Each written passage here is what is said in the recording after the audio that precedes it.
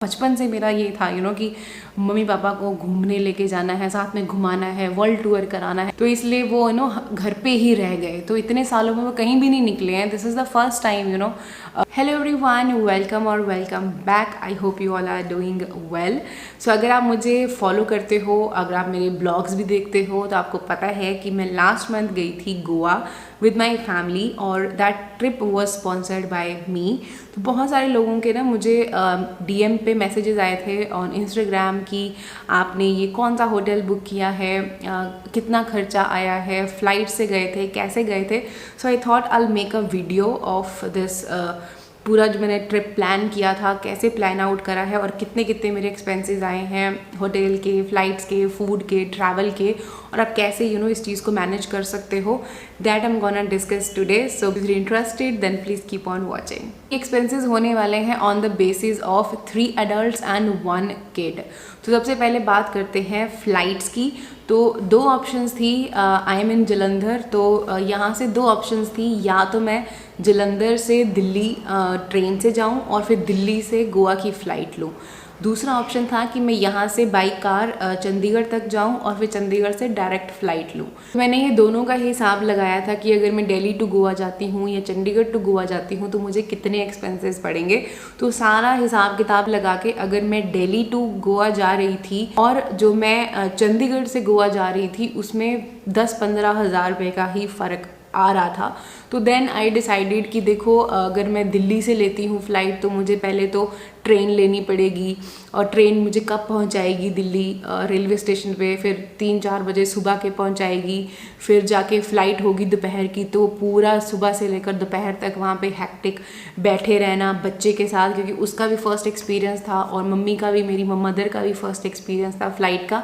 तो मैं ये चाहती थी कि उनके लिए मैं एक कंफर्टेबल जर्नी बनाऊँ इसको, इंस्टेड ऑफ कि बस थके हुए हैं, जब फ्लाइट में पहुँचे तो सबको नींद आ रही है, सब गिरे पड़े हैं।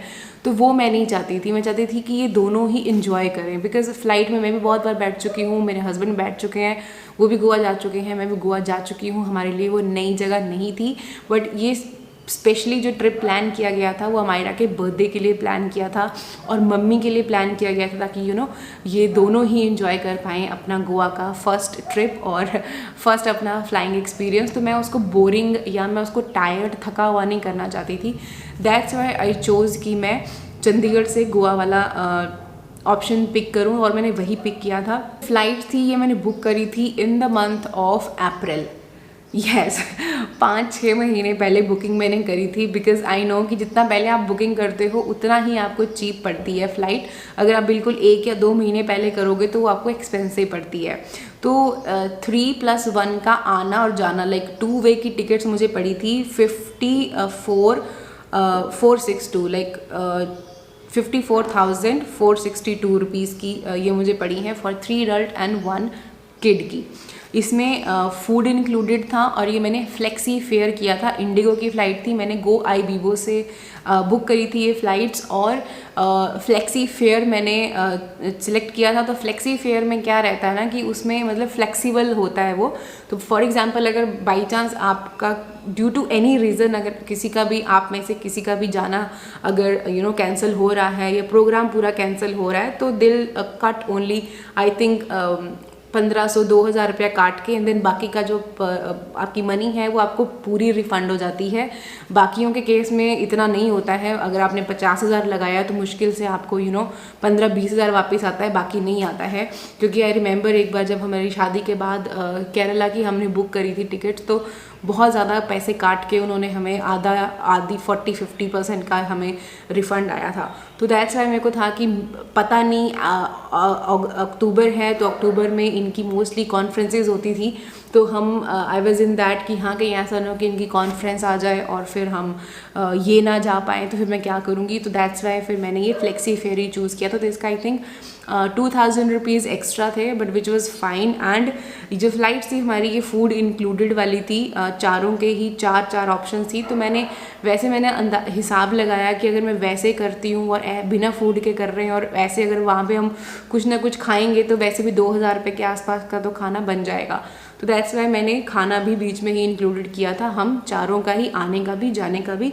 तो वो सब इंक्लूड करके है ये 54,462 जो मैंने पे किया है गो आई बीबो को।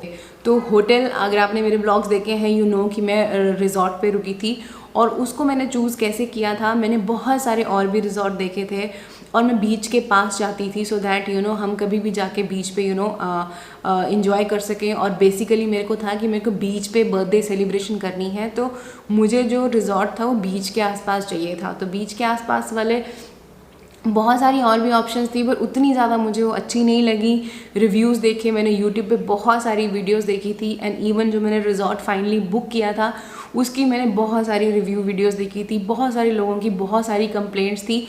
There is one of our friend who deals in this hotel वाला बिजनेस, तो वो जितने भी ये ट्रैवल एंड ऑल दैट ये आपको पैकेजेस बना के देते हैं, ट्रैवल विद फ्रीडी करके उनका नाम है। मैं नीचे आपको डिस्क्रिप्शन में उनकी इन्फॉर्मेशन दे दूँगी अगर आप उनके थ्रू करवाना चाहते हो तो जब मैंने उनसे कॉन्टैक्ट किया तो ही सेड कि the place is fine, you want be getting any problem, तो डोंट वरी। तो फिर हमने उनके थ्रू ही बुकिंग करी थी। फिर मैंने फाइनली बुक किया था रीवा बीच रिजॉर्ट जो मैंड्रिन बीच पे है नॉर्थ गोवा में, तो वो हमने बुक किया था। और हमने किया था प्रीमियम रूम बुक, क्योंकि उनके पास जो और रूम की कैटेगरीज थी ना, तो उसमें दे वर लाइक कि आपको जैसे एक्स्ट्रा बेडिंग चाहिए तो फिर यू नो वो रूम्स छोटे हैं और आप यू नो नहीं उसमें एडजस्ट कर पाओगे, आपको बहुत कंजस्टेड लगेगा। तो आई देन आई वाज लाइक कि चलो ठीक है कोई बात नहीं। तो जो प्रीमियम रूम थे ना उनके, वो था 8,000 रुपीज़ का, प्लस उसमें 1,500 एक्स्ट्रा बेडिंग का लग के वो हो गया था 9,500। बट उन्होंने मुझे 500 का डिस्काउंट दिया था, तो 9,000 का रूम मुझे पड़ा था एक रात का। तो हमारा था 4 नाइट्स का स्टे। तो 7th को हमने चेक इन किया था, तो 7th, 8th, 9th, 10th तो 4 रातें हम वहाँ रुके थे। तो 9 चौके 36, तो 36,000 रुपीज़ का मुझे ये पड़ा था room including tax and all. तो ये रिजॉर्ट का मैंने एक रिव्यू ऑलरेडी शूट किया है जब मैं गोवा में ही थी, वो मैं शायद इस वीडियो के बाद आपको डालूंगी कि हाँ सच में वर्थ है 9,000 का या नहीं है, वो मैं आपको इस वीडियो में दिखाऊंगी। पूरा प्रॉपर मैंने प्रॉपर्टी का एक टूर किया है और आपको प्लस माइनसेस सब बताए हैं कि फूड कैसा है एंड ऑल दैट, वो सब मैंने उसमें एक्सप्लेन किया है। तो इसके बाद वो वाला वीडियो डालूंगी तो वो चेक ज़रूर कर लेना। उसके बाद आता है लोकल ट्रैवल। तो लोकल ट्रैवल पे देखो सबसे पहले तो एयरपोर्ट से रिजॉर्ट तक जाना था। तो जो ये रिजॉर्ट है ना ये बहुत ज़्यादा दूर है एयरपोर्ट से, लाइक दूसरे एंड पे जाके है, तो एटलीस्ट इट टुक 2 hours। तो जब हम पहुँचे थे तो 2 घंटे लगे थे हमें, 2 ज़्यादा लग गए थे क्योंकि ट्रैफिक बड़ा ज़्यादा था उस दिन, तो बहुत ज़्यादा टाइम लग गया था हमें पहुँचने में। आई थिंक 3 साढ़े 3 घंटे लग गए थे। तो एयरपोर्ट से रिजॉर्ट तक का एक तो आप रिजॉर्ट से भी बुक करवा सकते हो जो टैक्सीज़ होती हैं, बट हमने जो चूज़ किया था हमने किया था गोवा माइल्स करके एक ऐप है, वो भी मुझे मेरे फ्रेंड ने रिकमेंड करी थी। नीचे मैं आपको डिस्क्रिप्शन बॉक्स में लिंक दे दूँगी सब चीज़ों के, सारी इन्फॉर्मेशन आपको नीचे मिल जाएगी। तो हमने गोवा माइल ऐप से बुकिंग करी थी और वो हमें एज़ कम्पेयर टू जो उन्होंने रिजॉर्ट वालों ने बताया था ना उसके कंपैरेटिवली हमें थोड़ी चीप पड़ी थी। तो जाते टाइम पे हमें चाहिए थी बड़ी कार, तो बड़ी तो हमें नहीं मिली, हमें मिली सेडान। तो उसमें क्या हुआ कि जो बैग्स थे वो प्रॉपरली नहीं आए, बिकॉज हम 4 लोगों के 4 सूटकेस थे और उसके अलावा अलग अलग यू नो छोटे छोटे एक आधा बैग और भी था। तो वो छोटी वाली कार में वो नहीं फिट हो रहा था, तो एक बैग पीछे सीट पे रखा हुआ था और एक बैग मेरे पैरों में था आगे। तो ठीक था वैसे तो, पर थोड़ा सा यू नो अगर बड़ी कार मिल जाती तो शायद थोड़ा सा कंफर्टेबल होता। तो ये हमें पड़ी थी 1800 के आसपास का, 1700 समथिंग कुछ था, मुझे भी याद नहीं आ रहा है। तो वो था, और अगर आप उनसे बुक करते तो उन्होंने हमें 3500 या 3000 के आसपास बताया था, 28 और 3000 के आसपास। तो उसके कंपैरेटिवली तो ये गोवा माइल से सस्ता ही पड़ा। देन आते हैं डे 1 पे। तो डे 1 पे इफ़ यू रिमेंबर हम गए थे, पूरा हमने वो घूमा था। अगर आपने ब्लॉग देखा है यू नो कि हम बड़ी ज़्यादा जगह गए थे फर्स्ट डे पे। तो वो क्या किया था हमने रिजॉर्ट से ही टैक्सी बुक करी थी, और यूजुअली उनका टाइमिंग रहता है कि आप 9 बजे से जा सकते हो और वो 5 बजे तक लेके जाते हैं, पर हम निकले ही 12 बजे थे, तो हम लेट हो चुके थे, 11:30 हो गए थे हमें। तो हमने वही लिया था, इनसे ही लिया था। तो ये 4500 रुपीज़ में टूर कराते हैं सारा आपका। इसमें 3-4 जगहें होती हैं जो दिखानी होती हैं, बट हमें वो नहीं करनी थी बिकॉज़ हमारे पास ज़्यादा टाइम नहीं था और हमने फिर उसको कस्टमाइज़ कर लिया था कि हमें यहाँ नहीं यहाँ जाना है, यहाँ नहीं यहाँ जाना है। पर पैसे फिर उतने ही लगे थे 4500 रुपीज़, जिसमें हमने कवर किया था स्पाइस प्लांटेशन, एंड देन हम गए थे फॉन्टेनस और जो इमैकुलेट चर्च है वहाँ, एंड देन क्रूज़ राइड पे गए थे और देन वी केम बैक। तो ये 3-4 जगह का ही मतलब जितना भी टाइम उनका लगा है, ही चार्ज अस 4500 रुपीज़। तो ये हो गया डे 1 का। डे 2 पे हम गए थे थलासा शाम को, बिकॉज मॉर्निंग में हम कहीं नहीं गए थे। तो शाम को हमारी बुकिंग थी थलासा की, तो 1000 रुपीज़ जाने का लगा है हमारा टैक्सी का और 1000 रुपीज़ आने का, तो ये हो गया 2000 रुपीज़। देन डे 3 पे हम कहीं नहीं गए बिकॉज ये मायरा का बर्थडे था, तो हमने उसी का बर्थडे सेलिब्रेट किया था शाम को बीच पे, एंड दैट इज़ इट। और 4th को हमने फिर दोबारा से हमारा एयरपोर्ट का ड्रॉप था, जो हमने फिर रिजॉर्ट से ही लिया था। वो हमें कॉस्ट किया था 2800 फॉर द अर्टिका। तो ये इन टोटल बनता है 11100 रुपया। देन आते हैं फूड पे। तो फूड का 7th को तो हमने देखो लंच जब हम गए थे, ब्रेकफास्ट हमने जाते टाइम कर लिया था, अराउंड 500 रुपीज़ के आसपास का होगा। लंच हमने प्लेन में किया था, जहाज़ में किया था, प्लेन में ही किया था। और डिनर हमने किया था रिजॉर्ट में पहुंच के, तो वो बना था मेरा बिल आई थिंक 2500 और 3000 के बीच का, 2800 होगा शायद, मुझे भी याद नहीं क्योंकि बिल नहीं मुझे मिल रहा। नेक्स्ट डे ब्रेकफास्ट हमने रिजॉर्ट में ही किया था बिकॉज हमारा ब्रेकफास्ट इंक्लूडेड था रूम में। तो वहीं पे हमने बुफे खाया था। एंड लंच हमने किया था स्पाइस प्लांटेशन पे, और वहाँ पे थी टिकट उनकी 500 के आसपास की, 500 रुपीज़ पर पर्सन था। तो वी पेड 2000 रुपीज़, और उसमें हम चारों का ही लंच था। लंच बहुत ज़्यादा ऐसे अमेजिंग नहीं था, बहुत बेसिक सा खाना था, मुझे तो कुछ भी अच्छा नहीं लगा वहाँ पे। और उसके बाद डिनर के लिए हम आते टाइम हम गए थे मैकडी।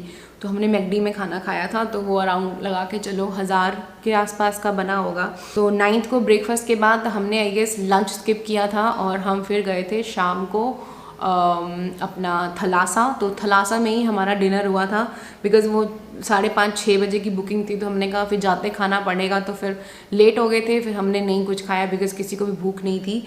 तो वहाँ पे मेरा थलासा में बना है 3500 रुपीज़ का फूड एंड ड्रिंक जो भी हमने लिया था। Food quality was good, drinks भी ठीक थी, मतलब ऑलमोस्ट ठीक एक्सपीरियंस था खाने पीने का थलासा का।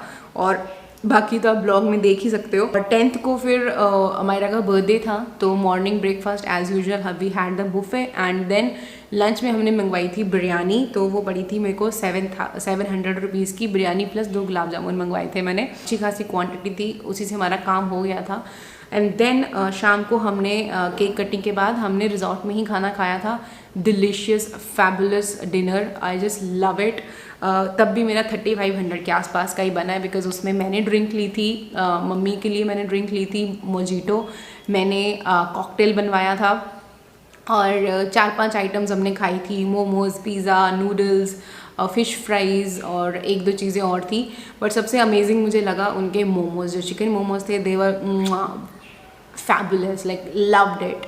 नूडल्स भी अच्छे थे, फ़िश फ्राइज़ भी बहुत अच्छी थी, पिज़्ज़ा भी अच्छा था।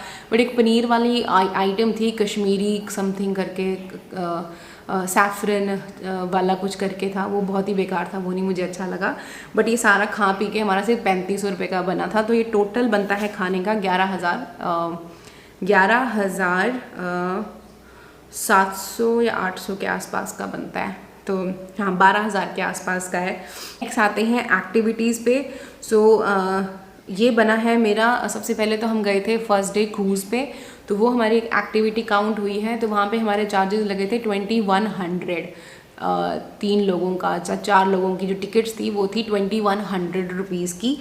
और उस स्पाइस प्लांटेशन का तो मैंने आपको बता ही दिया, 1500-2000 के बीच का बना था। तो ये बनता है 4100। लास्ट आता है कार पार्किंग का एंड पेट्रोल का। तो हम गए थे कार से, और कार से ही हम लोग आए थे। तो लगा के चलो कि 3500 के आसपास का हमारा पेट्रोल लगा होगा, और 1500 रुपया लगा है पार्किंग का, एयरपोर्ट का। एयरपोर्ट पार्किंग में हमने कार खड़ी करी थी। तो इन टोटल बनता है 1,23,000 रुपया। तो ये 1,23,000 रुपया अब ऐसा नहीं है कि ये एक साथ मैंने खर्च किया है। एज आई सेड कि मैंने जो फ़्लाइट की बुकिंग थी वो मैंने अप्रैल में कर दी थी, मई में मैंने होटल की हाफ़ पेमेंट कर दी थी, उसके बाद की जो हाफ़ पेमेंट थी वो जाने से पहले मैंने की थी, और ये जो ट्रैवल है, फूड है, एक्टिविटीज़ है, ये वहीं पे ऑन द स्पॉट ही मैंने पेमेंट करी है।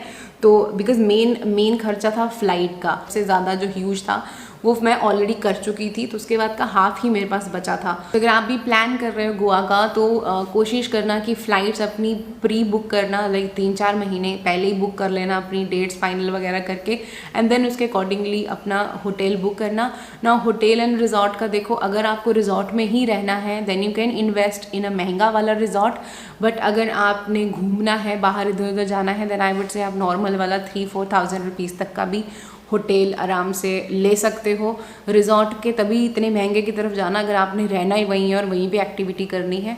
बाकी रिजॉर्ट का रिव्यू मैं जल्दी आपको दे दूँगी। 1,23,000 रुपये में I have made my babies birthday most memorable birthday for her and even for us. बहुत मज़ा आया हमें बीच पे, और मम्मी का फर्स्ट एक्सपीरियंस था। बचपन से मेरा ये था कि मम्मी पापा को घुमाना है, वर्ल्ड टूर कराना है, ये वो। तो पापा तो अभी है नहीं, बट हाँ मम्मी है, तो वही मम्मी है मेरी और वही पापा है। तो अब उनको ही मुझे है कि जितना मैं अपनी तरफ से घुमा पाऊँ वो मैं घुमाऊँ, because I know she love travelling. उनको घूमना बहुत पसंद है, बट जस्ट बिकॉज़ कि हम छोटे थे पहले तो इसलिए नहीं जा पाए, फिर हमारी पढ़ाई में खर्चे, तो इसलिए वो घर पे ही रह गए। तो इतने सालों में वो कहीं भी नहीं निकले हैं। This is the first time वो घर से ऐसे फ़्लाइट में बैठी हैं और इतने दूर अपने घर से गई हैं, रिजॉर्ट में रुकी हैं, बीच पहली बार देखा है उन्होंने। तो it was a like worth investing this much, and अभी होपफुली नेक्स्ट ईयर मैं इससे कहीं और जगह, बड़ी जगह पे हमें ले जा पाऊँ। प्लान तो मेरा है कि इंटरनेशनल ट्रिप करा दूँ उनका एक बार, क्योंकि मैंने भी अभी तक नहीं किया है इंटरनेशनल ट्रिप, मेरा भी अभी तक एक बार भी नहीं हुआ है। So hopefully I plan that, and आप लोगों का सपोर्ट रहा और बाबा जी की कृपा रही तो डेफिनेटली अगले साल हम फिर उससे बड़ी किसी जगह पे जाएंगे। सो ये था मेरा एक्सपेंस गोवा का for 3 adult and 1 kid for 4 nights in Goa. So I hope you found this video little bit helpful. थोड़ी सी भी हेल्प हुई है, थम्स अप दे देना, सब्सक्राइब कर लेना और इंस्टाग्राम पे फॉलो कर लेना। मिलती हूँ आपको अपनी अगली वीडियो में, तब तक अपना ध्यान रखिएगा। Bye bye.